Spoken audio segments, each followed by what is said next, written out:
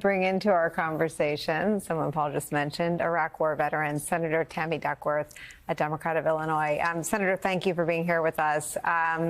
We are marveling, I guess is the word for it, at where we are as a country and perhaps in a presidential transition where the pick in the year 2024 to lead the Department of Defense is openly advocating to remove all women from combat roles in the military, which, of course, is an affront to folks like yourself who served honorably. They've given more to this country than the vast majority of the rest of us, but also seems to seek to erase the contributions of women in the military. What are your thoughts about this? Well, I just want to second what Paul was saying. You know, America's daughters is just as capable of defending liberty and freedom as her sons. And I would hate, you know, I have two daughters, but if I were the mom of sons, I would be offended that you would think that my son's life is less precious than your daughter's lives. Frankly, this is about doing the job, and the women who have passed the qualifying test, whether it's to be an Army Ranger or a helicopter pilot like I did. This is the ability to do the job and defend our nation that we love.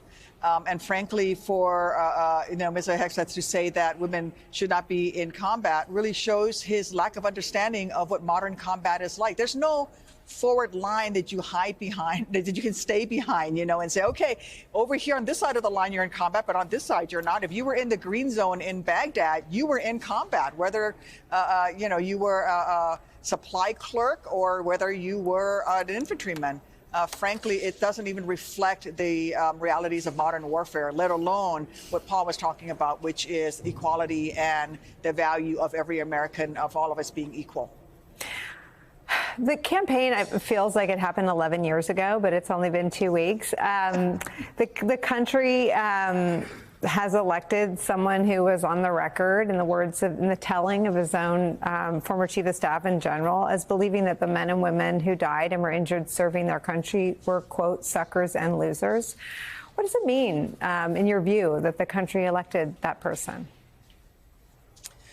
Well, I'm disappointed. Obviously, I continue to believe that Donald Trump is not qualified to be the commander-in-chief of our nation's military. And it shows in his decision with his proposed defense secretary nominee. But that said, I believe strongly in the democratic process, and Donald Trump won the Electoral College and he won the popular vote. And if I were in uniform today, I would salute and carry out all lawful orders, but not the unlawful ones.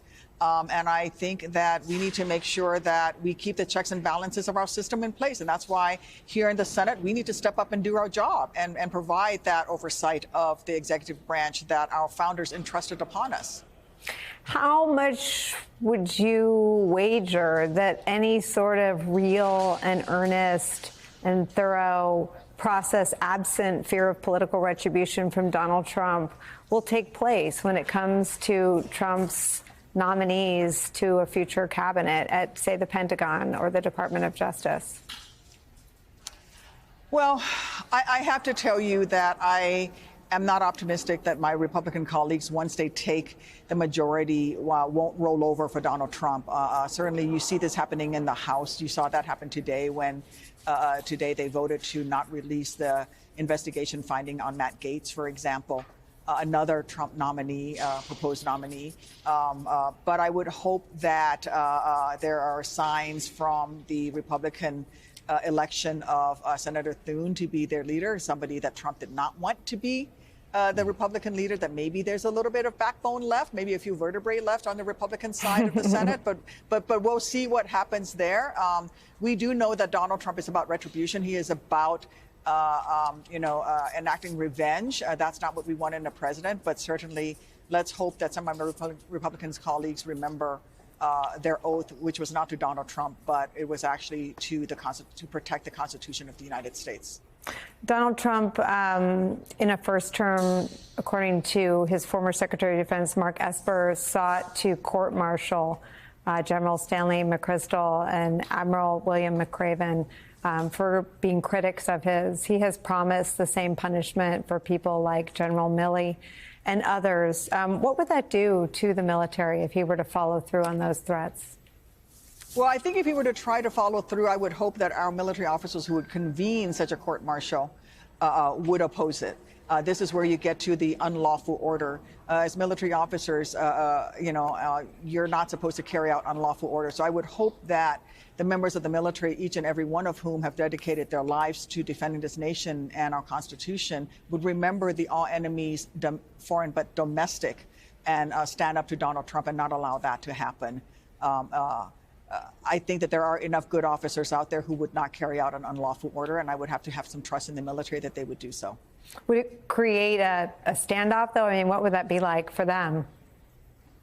It would probably end their careers, but at a certain point, you got to decide: do you owe allegiance to Donald Trump, or do you owe allegiance to this great nation that you have worn the uniform of and swore an oath to defend? And I hope that they remember that their allegiance is to the United States of America, not any one individual.